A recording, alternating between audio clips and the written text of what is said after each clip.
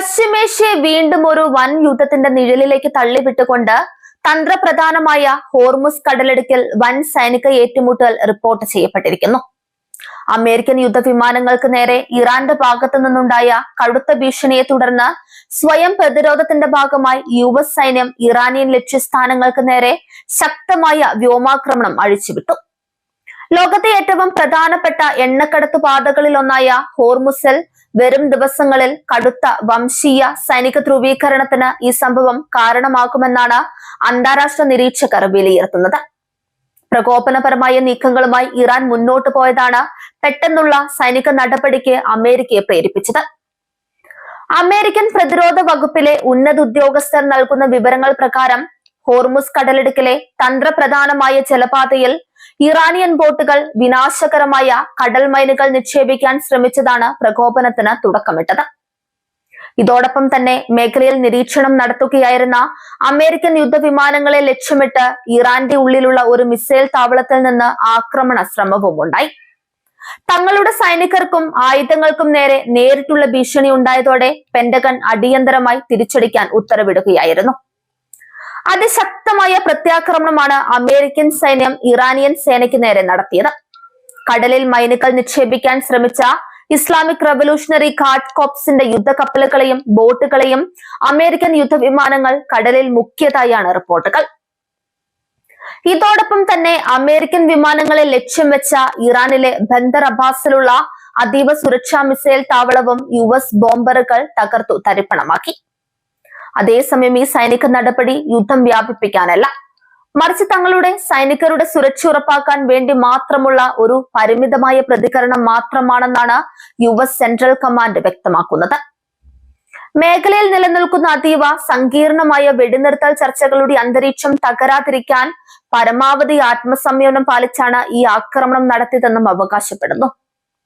ദോഹയിൽ വെച്ച് ഇറാനുമായി നയതന്ത്ര ചർച്ചകൾ പുരോഗമിക്കുന്നതിനിടയിലാണ് ഇത്തരമൊരു സൈനിക ഏറ്റുമുട്ടൽ ഉണ്ടായിരിക്കുന്നത് എന്നത് ശ്രദ്ധേയമാണ്.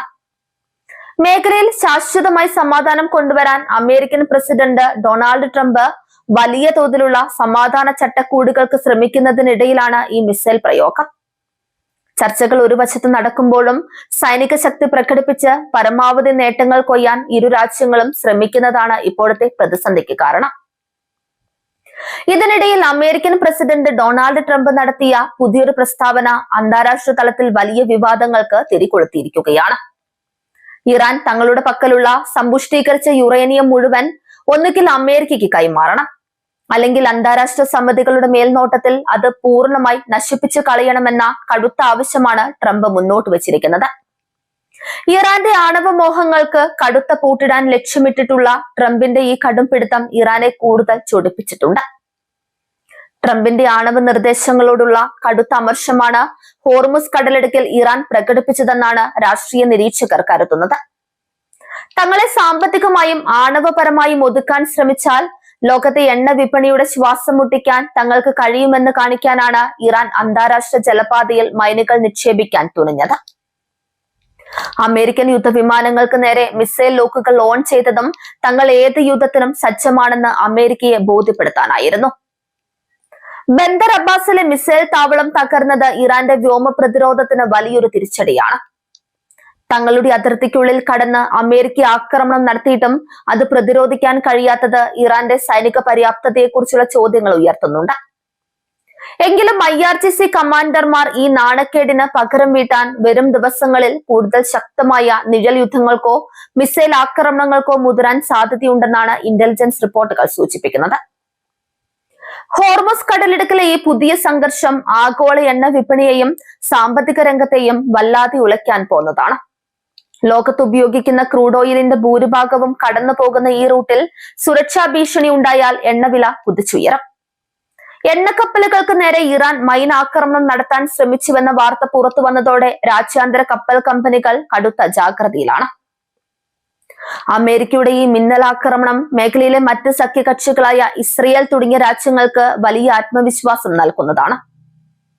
ട്രംപ് ഭരണകൂടം ഇറാനെതിരെ കടുത്ത നിലപാടുകളുമായി മുന്നോട്ടു പോകുമെന്നതിന്റെ വ്യക്തമായ സൂചനയാണത്. ഇറാന്റെ ആണവ കേന്ദ്രങ്ങളെയും മിസൈൽ താവളങ്ങളെയും തകർക്കാൻ അമേരിക്ക മടിക്കില്ലെന്ന സന്ദേശം പരോക്ഷമായ റഷ്യയ്ക്കും ചൈനയ്ക്കുമുള്ള മുന്നറിയിപ്പ് കൂടിയാണ്.